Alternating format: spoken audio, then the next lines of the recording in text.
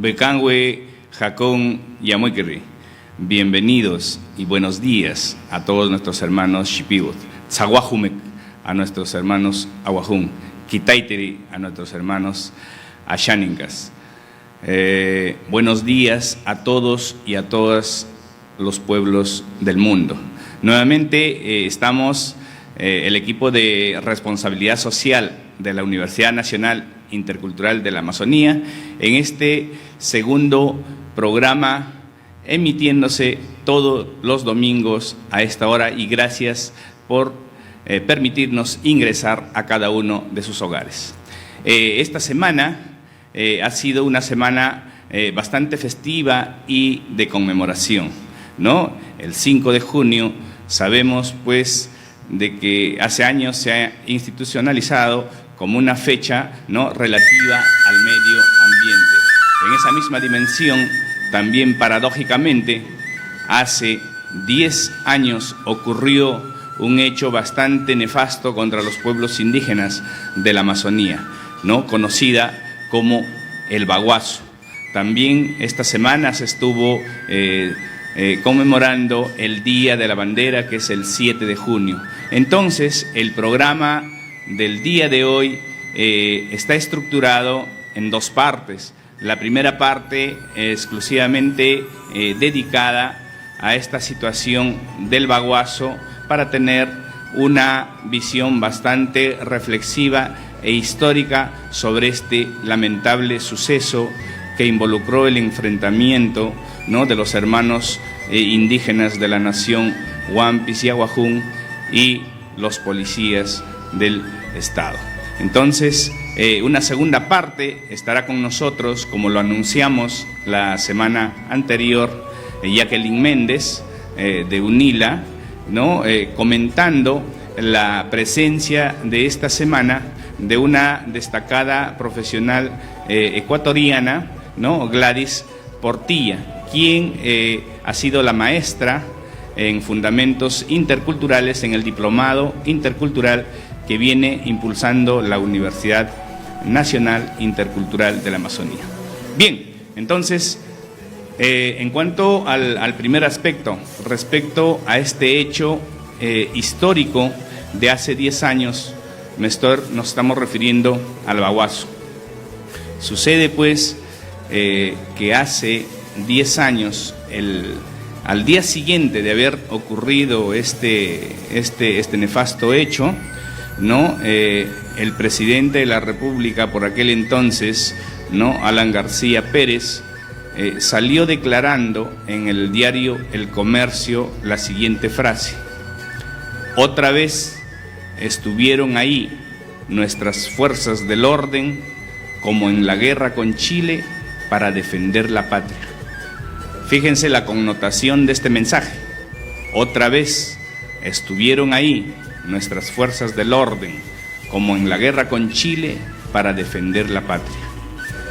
Una frase, un mensaje por demás desafortunado, ¿no?, que mostraba las brechas de discriminación, de exclusión, de marginación que se tenían sobre los pueblos indígenas.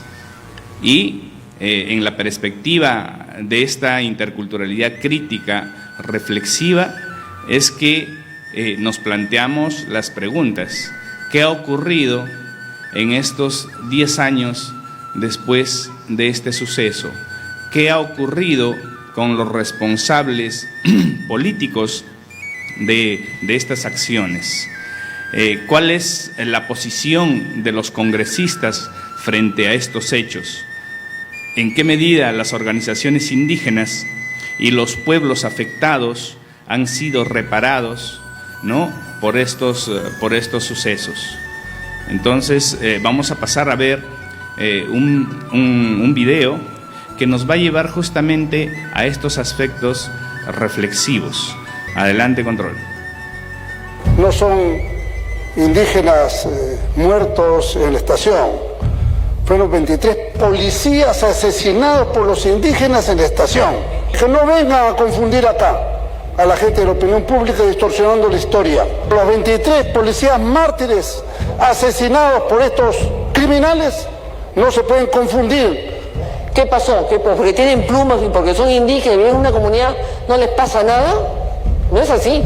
No hay que confundir las cosas. Esos indígenas fueron responsables de esa matanza de Bagua, con toda claridad. Acá no hay exclusividad de ningún peruano por encima de los demás.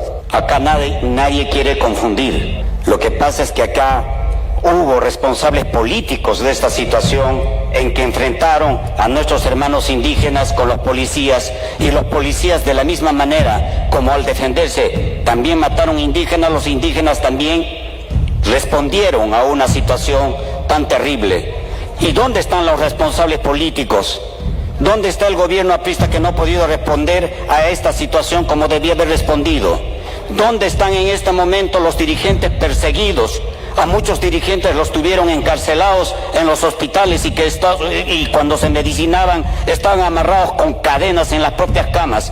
Y mañana son 10 años de esa ignominia, de ese abuso en que creían que los indígenas amazónicos son de segunda categoría.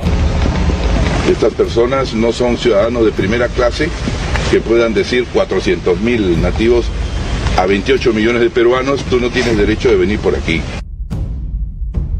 Estas personas no son ciudadanos de primera clase.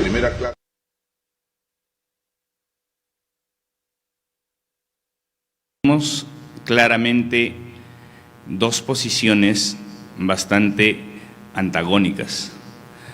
Pero, ¿qué nos dice la dirigente indígena Teresita Antazú, dirigente de la Unión de Nacionalidades Ashanin Kayanesha? Ella nos dice: aquel paquetazo ambiental nos demostraba que no teníamos valor para el gobierno. Querían entrar a nuestro territorio como si estuviera vacío. Para los indígenas, el territorio es nuestra vida. Tiene árboles y quebradas cuyos nombres constituyen referentes de nuestra memoria, de nuestra historia. Y es que sí, pues este suceso que explotó el día 5 de junio ha sido todo un arrastre de una protesta, ¿no?, pacífica por los hermanos Aguajún y Guampís, que casi llegaba ya a los 60 días. ¿No? ¿Protesta contra qué? Protesta contra los decretos legislativos que atentaban contra los territorios indígenas amazónicos. Entonces, estos hechos es necesario pues revisarlos, echar una mirada atrás con la perspectiva de que se construyan políticas a favor de la conservación de no solamente de los territorios, sino de las culturas también de los pueblos indígenas, ¿no? Entonces, la intención no es escarbar las heridas, sino al contrario, echar una mirada hacia atrás para construir, para sanar esas heridas, para construir un país de encuentros, un país de reencuentros, un país donde la interculturalidad prime a través del diálogo. Y obviamente estos reencuentros tendrán que ver con decisiones políticas que se toman a nivel del Ejecutivo, a nivel del Legislativo, porque hemos sabido que como consecuencia del baguazo recién se han instaurado, se han avanzado en ciertas políticas de Estado, ¿no?, como la consulta previa. Se han derogado esos decretos legislativos que atentaban contra la entrega de los territorios, ¿no?, de los pueblos indígenas. Entonces, en esa dimensión también es importante escuchar a los dirigentes de AIDESEF, que vamos a verlo en el siguiente reportaje. Adelante, control. Desde el denominado baguazo en Perú, un conflicto en la Amazonía donde murieron 33 personas, la política neoliberal de ese país mantiene el abandono de las comunidades nativas para beneficiar a grandes transnacionales. Revisamos más detalles con Jaime Herrera. Fue en junio del año 2009, cuando la policía arremetió violentamente contra nativos Aguajún, quienes protestaban contra la explotación de sus recursos naturales sin ser consultados. El saldo del enfrentamiento: 23 policías y 10 nativos fallecidos. Algunos de los responsables políticos de esa matanza hoy son congresistas. En el Congreso todavía siguen las personas que han sido responsables sobre esa matanza. Ellos están libres, pero mientras tanto, los de los pueblos indígenas sí ya están, otros encarcelados, otros están perseguidos, otros están huidos, y para los del Congreso, del Ejecutivo, no están todavía. Yo pido justicia e igualdad. Las organizaciones indígenas aseguran que desde el denominado Baguazo, las actitudes del Estado hacia la selva no han cambiado y los compromisos del gobierno que surgieron de ese conflicto solo quedaron en papel. Desde la Amazonía se ha planteado una educación pertinente, educación intercultural bilingüe, salud intercultural, proyectos productivos que desarrollen, que no impacten al medio ambiente. Y ustedes verán que cada región amazónica tiene que estar bloqueando carreteras, tiene que estar bloqueando ríos para que recién el Ejecutivo implemente o aperture una mesa de diálogo y luego tener acuerdos, y esos acuerdos siguen igual. En tanto, gobierno y legislativo insisten en las políticas que motivaron ese conflicto, priorizando la explotación petrolera en desmedro de los recursos naturales y la cultura de los pueblos indígenas. Tal es el caso del proyecto para una nueva ley de hidrocarburos, por la que se extenderían las concesiones petrolíferas hasta por 60 años. Estas empresas, en primer lugar, que se ha suavizado, se puede decir, todas las condiciones de carácter ambiental, no toman en cuenta los aspectos de sostenibilidad ambiental, sino simplemente es la entrega de los territorios para la explotación sin ninguna consulta previa, sin ningún plan de estudios de impacto ambiental. La extracción petrolífera, que ha ocasionado decenas de derrames que contaminan ríos y suelo, no es el único motivo de conflicto en la selva. Comunidades indígenas también se han levantado en rechazo a proyectos gasíferos de agroindustria o por la construcción de carreteras o hidrovías. Jaime Herrera, Telesur, Lima. Bien, hemos visto, pues, hemos escuchado, ¿no?, las palabras del dirigente nacional, ¿no?, de AIDESEF.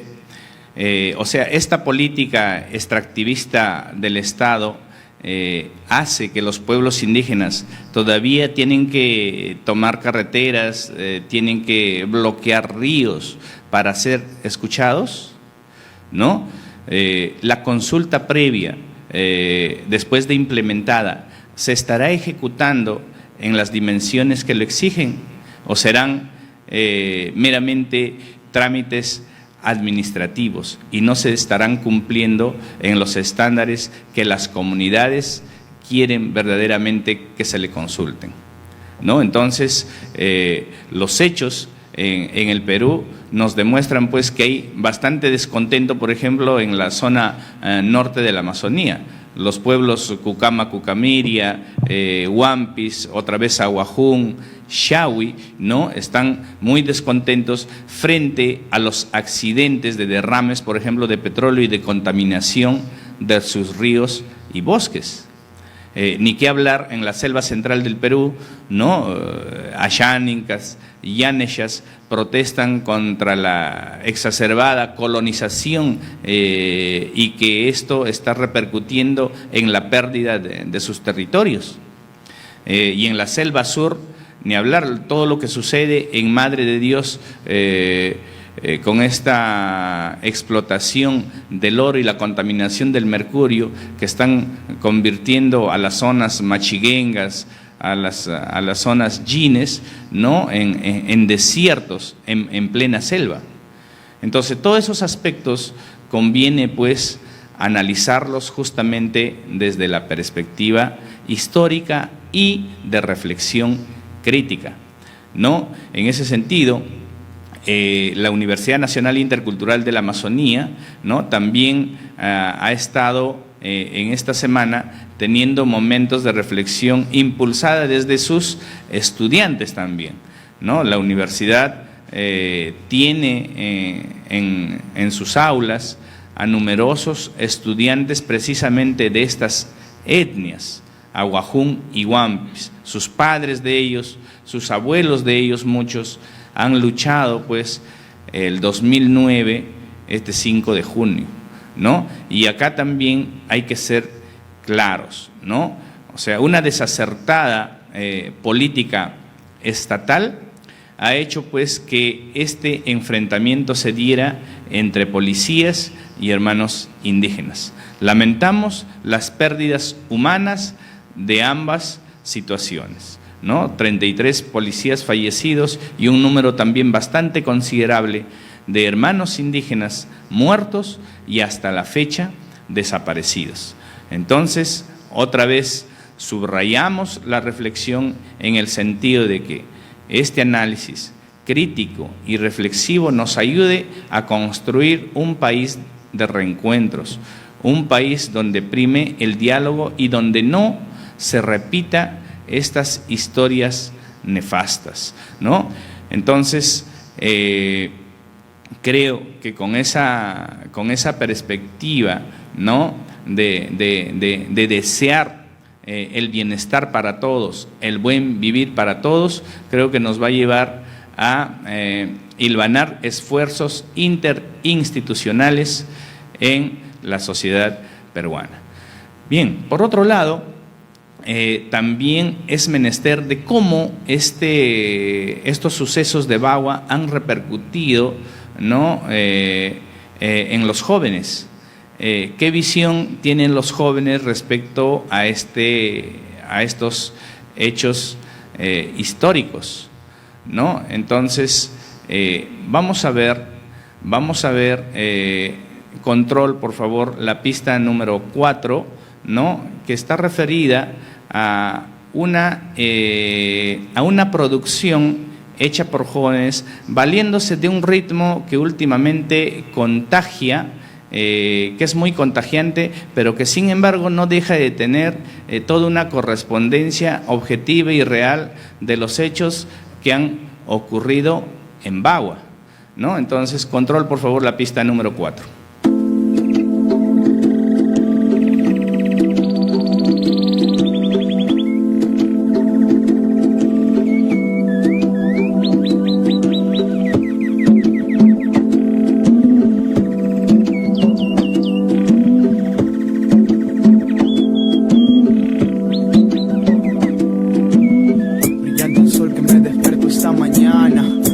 Salgo, ayudo a trabajar la tierra.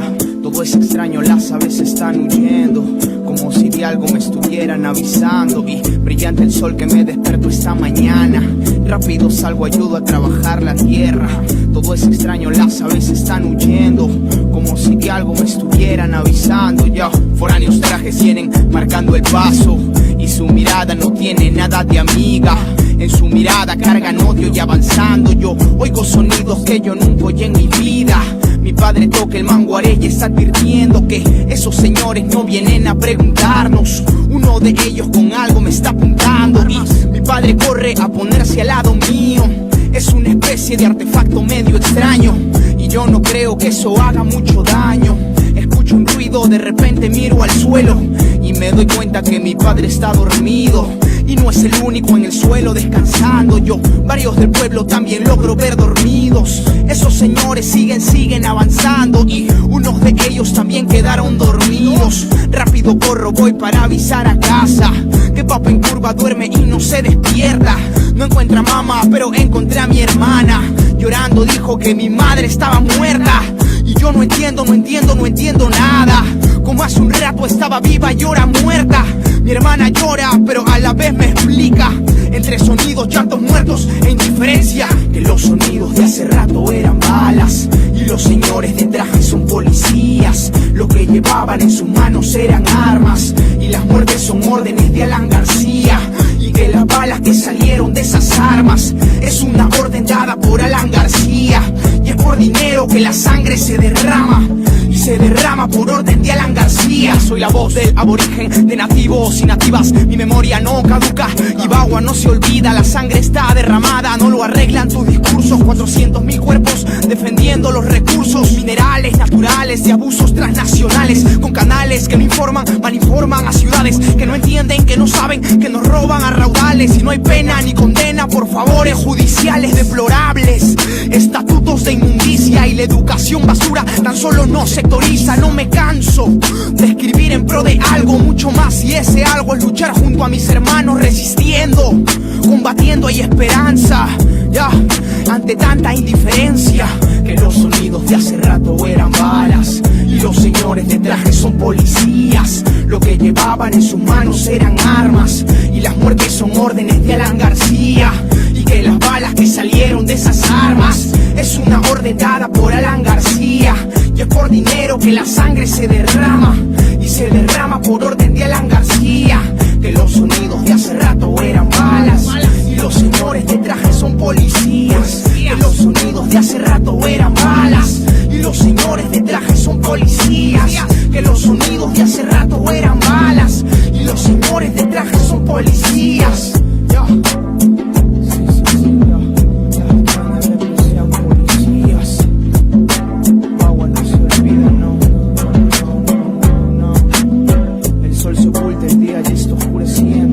Rápido corro, ayudo a levantar los muertos. Todo está claro, las aves están volviendo. Hay mil motivos por los que seguir luchando. El sol se oculta, el día ya está oscureciendo. Yo rápido corro, ayudo a levantar los muertos. Todo está claro, las aves están volviendo. Hay mil motivos por los que seguir luchando. Por los que seguir luchando. Magnitud, Huachao. Luchamos por lo justo. Estas personas no son ciudadanos de primera clase.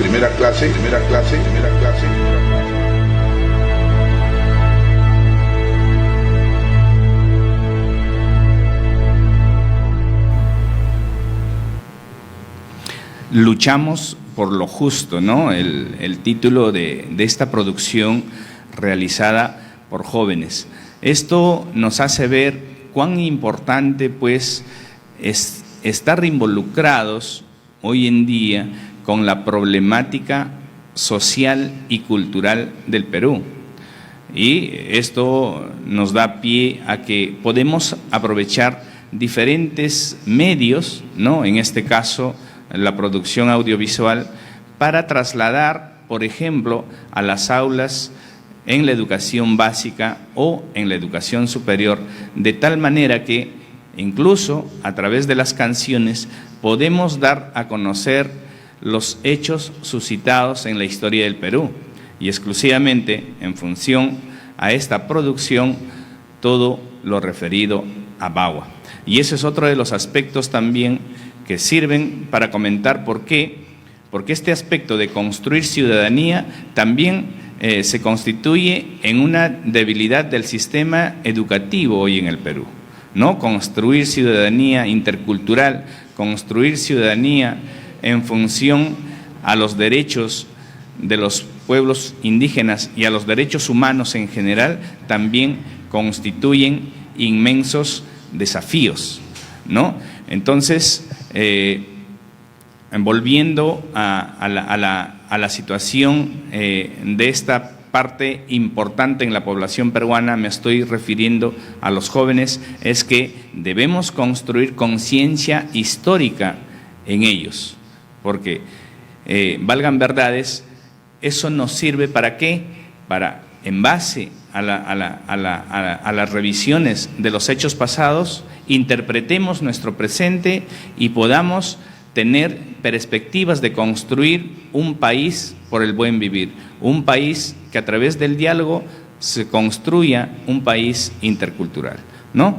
Bien, entonces ya está con nosotros Jacqueline Méndez, ¿no? Quien va a comentar en esta segunda parte, ¿no? La presencia en Pucallpa de la destacada maestra ecuatoriana Gladys Portilla. Ella ha hecho presencia en la UNIA por motivo del diplomado, ¿no? En fundamentos interculturales. Entonces, vamos a ver una entrevista que se le hizo en esta semana en la universidad para luego ser comentada por Jacqueline Méndez. Adelante, control. Pista 3.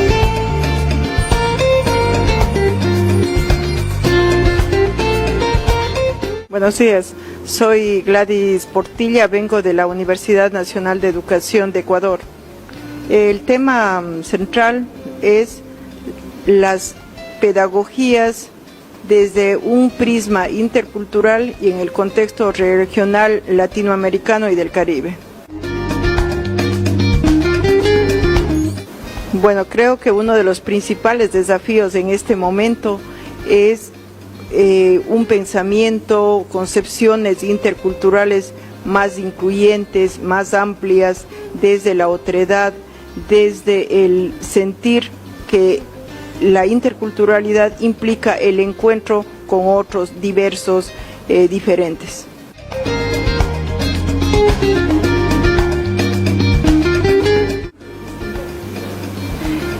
Bueno, una de las experiencias en estos días que estoy aquí, una de las experiencias más interesantes es ver estudiantes, docentes, procedentes de diferentes pueblos ancestrales, originarios, y algo que me ha llamado la atención de forma particular es escucharles a los estudiantes decir que se sienten contentos, se sienten a gusto, se sienten en la UNIA como en su casa, que se sienten a gusto.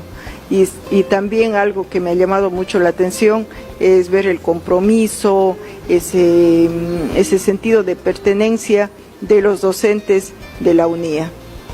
Esto muestra mucho este ambiente intercultural que se vive en la UNIA.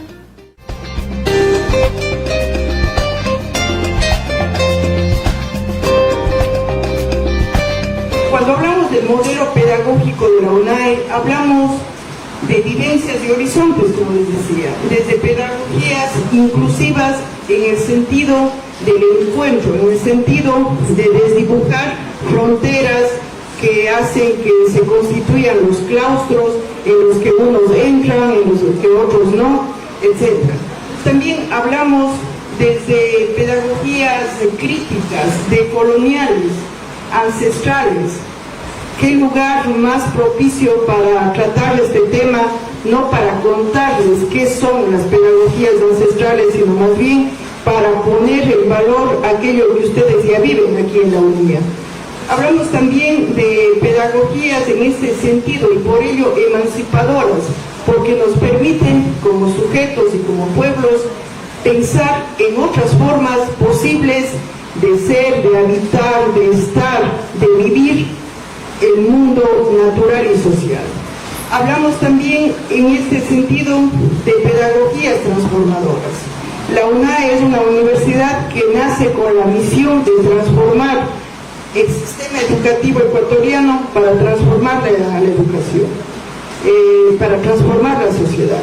Es decir, vemos en la educación la estrategia, el principio de valor que puede ayudar a construirnos otra sociedad.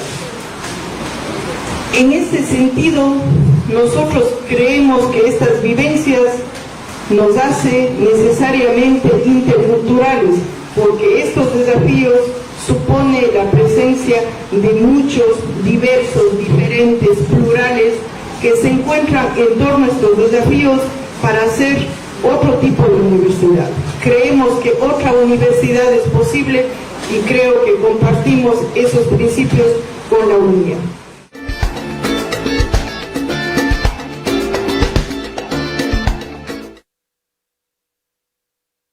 Como lo habíamos anunciado, ya está con nosotros Jacqueline Méndez de UNILA. Tus saludos, Jackie. Oi, bom dia. Muito grata de ter essa oportunidade de compartilhar com vocês, uma oportunidade muito maravilhosa, só para falar da importância da interculturalidade. Então, é uma oportunidade que eu gosto, na verdade, de fazer, trabalhar, e é uma coisa muito boa para mim. Buenos días, es una oportunidad muy grata compartir nuevamente aquí en el programa y también poder hablar del tema de la interculturalidad, porque es un tema de una gran importancia. Por supuesto, se le deben dar muchos espacios para interactuar y hacer que también la interculturalidad sea una realidad, una vivencia permanente dentro de todos nuestros contextos. Bien, Jackie. Esta semana, ¿no?, nos ha visitado una nueva profesional, ¿no?, en esta cadena de visitas que tenemos internacionales, ¿no?, iniciadas con Gerson Ledesma. pues nos estamos refiriendo a Gladys Portilla, ¿no? Ella es una maestra en la Universidad Nacional de Educación, que dicho sea de paso, es una universidad muy joven en el Ecuador, ¿no? Sí. Entonces, quisiéramos que nos comentes algo de Gladys. ¿Quién es Gladys? Bien, Gladys es una profesional con una trayectoria sumamente importante también, que ha desarrollado todas sus capacidades en el proyecto de la Universidad Nacional del Ecuador. Ella está en este momento coordinando la educación en la Universidad Nacional del Ecuador, y como tú lo dices, Carlos, la Universidad UNAE es una universidad muy nueva, muy joven, tiene apenas 4 años, pero en 4 años tiene una infraestructura impresionante. Alberga 4.500 estudiantes, bueno, eran 5.000, hace un mes exactamente se gradúan su primera promoción de 450 estudiantes. Tienen una diversidad cultural también bastante fuerte, quechohablantes, y estudiantes de diferentes lugares del Ecuador. Está ubicada al sur del Ecuador y es comparada a la Harvard latinoamericana también. Esa misma concepción, esa misma percepción también se tiene de la UNILA, que hablábamos en el programa anterior, la Universidad Federal de Integración Latinoamericana. Pero bueno, cada una en su contexto, la una en Brasil y la otra en Ecuador. Pero esta universidad fue asumida también por un equipo de gobierno, todavía no tiene su rectorado propio, pero esta comisión trabaja fuertemente, personas que vienen de la Organización de Estados Americanos, de diferentes lugares con trabajos también y desempeños, roles bastante fuertes dentro del tema de la educación. Por en cuanto fue para ellos una tarea permanente construir una universidad del calibre que en este momento es la Universidad Nacional del Ecuador. El perfil de esta universidad tiene carreras que están enfocadas hacia la educación, por cuanto el fuerte de ellos es ese precisamente, y el tema de la interculturalidad es un tema transversal, interdisciplinar, que también, entonces se puede decir de que hay una convergencia en propósitos, ¿no?, con la Universidad Nacional, con la UNIA, ¿no?, en esta perspectiva intercultural. Sí. Y realmente lo que se persigue a través de la estructura del diplomado en interculturalidad universitaria, quise traer elementos externos, elementos latinoamericanos, para empezar realmente a establecer un diálogo, pero también una interculturalidad ampliada dentro del contexto de la integración latinoamericana. Y bueno, los propósitos van mucho más allá. Así es. Porque este diplomado también nos abre puerta a todo lo que es la estructura de la posgraduación. Es nuestra estructura base. De ahí ella va a ir el siguiente año para una maestría y doctorado posteriormente. Pero esto está haciéndose muy acelerado en la UNIA. Y también ya se empiezan a gestar seguramente las pasantías, ¿no?, tanto a nivel de estudiantes como a nivel de docentes, ¿cierto? Entonces, ahora un poco, Jackie, en función a la entrevista realizada, ¿no?, en la UNIA, Gladys manifiesta, ¿no?, impulsa, o esta universidad impulsa esta corriente de la pedagogía emancipadora, de la pedagogía decolonial, ¿no?, de la pedagogía descolonizadora. Coméntanos algo sobre este planteamiento. Bien, esa es una postura de liberación, ¿no? Es una postura también que nos va a permitir crear formas diferentes, pero también adaptar lo que te digo que es parte del pensamiento de integración latinoamericana. Estos son elementos que ya se manejan en Ecuador, se vienen manejando en Bolivia y con gran fuerza también en el contexto universitario de Brasil. Por lo tanto, queremos integrarlos a esa perspectiva de experiencia y de trabajo fuerte que ha tenido la Universidad Nacional de la Amazonía, para fortalecer el enfoque intercultural. Y cuando nosotros hablamos de una pedagogía emancipadora, decolonial, básicamente estamos queriendo una transformación educativa, pero dejar, digamos, desaprender para aprender. Es construir, es empezar a pensar en un contexto donde todos tenemos una participación, donde el diálogo es permanente, la construcción es permanente. Tal vez nos fijamos en ese aspecto de calidad educativa. Tal vez nos fijamos en ese aspecto que tú planteas, en ese desaprender. ¿Qué tendríamos que desaprender para construir interculturalidad? Los prejuicios. En Brasil nosotros decimos el preconcepto. Cuando nosotros abandonamos ese preconcepto, liberamos nuestra mente, nuestro sentir, y esa sensibilidad intercultural es la que nos permite acercarnos al otro dentro de un sentido total de igualdad, porque es eso lo que persigue la interculturalidad, es un panorama abierto, es un espacio interdisciplinar que hay que trabajar y toca todos los campos del conocimiento, todas las perspectivas y sensaciones humanas. Por tanto, ahí hay un gran trabajo para hacer. Definitivamente. Cito aquí a Boaventura de Sousa, me gusta mucho, él es portugués, pero él habla de una diversidad, entonces cómo sentirnos felices dentro de esa diversidad. La diversidad es un motivo de celebración, pero también esa ecología de diversidad que nos trae precisamente esa variedad de cultura, de conocimiento, y que nos hace integrarla dentro de una perspectiva educativa en un escenario que es como el que estamos teniendo en este momento, la Universidad Nacional de la Amazonía. Así es, y seguramente, bueno, ya te estás empapando también un poco de la problemática nacional peruana, ¿no? Entonces, esos escenarios justamente de desencuentros, de exclusión, de discriminación, han hecho pues que ocurran hechos bastante lamentables, ¿no? Como el baguazo, ¿no? Como ya te has enterado. ¿Cuál es tu comentario respecto a este hecho? Infelizmente creo que hace parte también de aspectos, digamos que no solamente aquí un evento tan lamentable como ese, sino traigo a colación también la guerra trifrontera, ¿no? Entre Paraguay, Brasil, Argentina, donde se perdieron muchas vidas, se apuntaron a intereses antagónicos, tipo económico, y todavía la población sufre estos impactos. Disminuyó mucho la población en Paraguay, y es un hecho que permitió el retroceso. O sea, Paraguay era un país que apuntaba en uno de los países más desarrollados de Latinoamérica sin tener que depender del sistema. Entonces, llevándolo al panorama de Perú y de cualquiera de nuestros países latinoamericanos, pienso que son hechos de una trascendencia de alguna forma negativa, pero precisamente está en nuestro quehacer como docentes, en nuestro quehacer como universidad, querer transformar y querer hacer que esto de alguna forma sea diferente, porque el baguazo en sí es un hecho que permite ver también el microcosmos del Perú en una acción determinada, ¿no?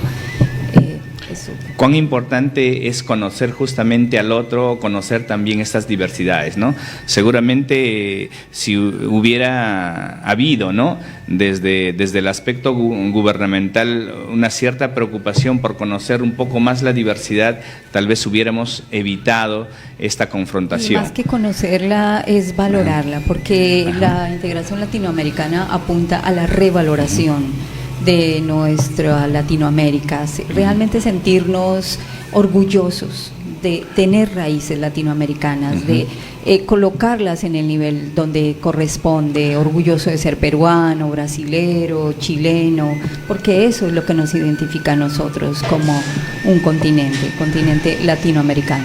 Así es.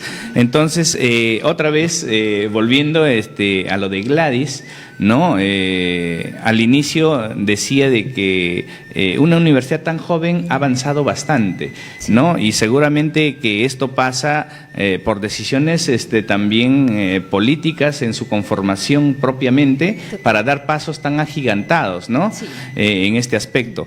Por otro lado, Gladys comentaba de que un modo de avanzar también en los aprendizajes es este aspecto del trato entre docentes y estudiantes. ¿Nos puedes comentar algo? ¿Cómo es el trato entre los docentes y los estudiantes en la Universidad de Educación del Ecuador? Bueno, ellos tienen una filosofía que precisamente parte de la descolonización. O sea, pero es una descolonización en práctica y es parte también de las prácticas de, digámoslo, prácticas interculturales. ¿Cómo un estudiante puede sentirse cómodo de participar, de proponer dentro de un aula? Y es el ambiente, pero también es la forma como el docente lleva sus sesiones de aula. Ella nos comenta que las aulas están adaptadas para que los estudiantes puedan precisamente conservar sus contextos, pero que también dentro de una tecnología, porque la universidad está sumamente bien dotada en términos de tecnología, las sillas tienen ruedas, las mesas se despliegan de tal forma que los estudiantes pueden ubicarla, digamos que dentro de las necesidades también de la misma sesión. Ellos trabajan en el piso también, sumamente cómodos, dentro de unas posturas ortopédicas, digámoslo así, según nos lo explica Gladys, y eso hace que haya una dinámica diferente en las aulas, porque ya hay un ambiente. Al entrar en ese ambiente tan interesante, en esa dinámica fuerte, los chicos se sienten mucho más cómodos.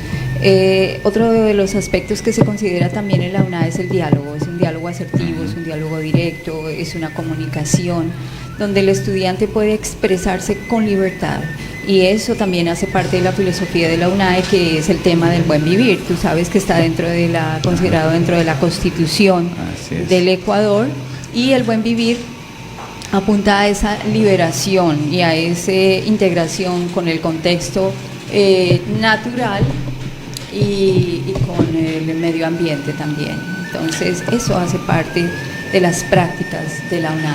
Sí, y nos comentaba Gladys también, ¿no?, de que un avance significativo en la Constitución ecuatoriana es que consideran a la naturaleza como un sujeto de derecho, ¿no? Sí. Y eso es eso es un aspecto, pues, de avanzada, por decirlo así, ¿no?, en el contexto ya político en el Ecuador. Claro, pero también recordemos que eso es gran parte de la filosofía de la cosmovisión de los pueblos andinos, de los pueblos amazónicos también, porque es el medio ambiente, el equilibrio, el cuidado, el respeto por el medio ambiente es mucho más importante que que este sistema capitalista que nosotros tenemos ahora, y que de alguna forma empieza a verse ya resultados dentro de toda esa destrucción, todo lo que se viene haciendo con la Amazonía, con los recursos medioambientales. Entonces esa conciencia es una conciencia sumamente trascendental, fundamental en los procesos de educación,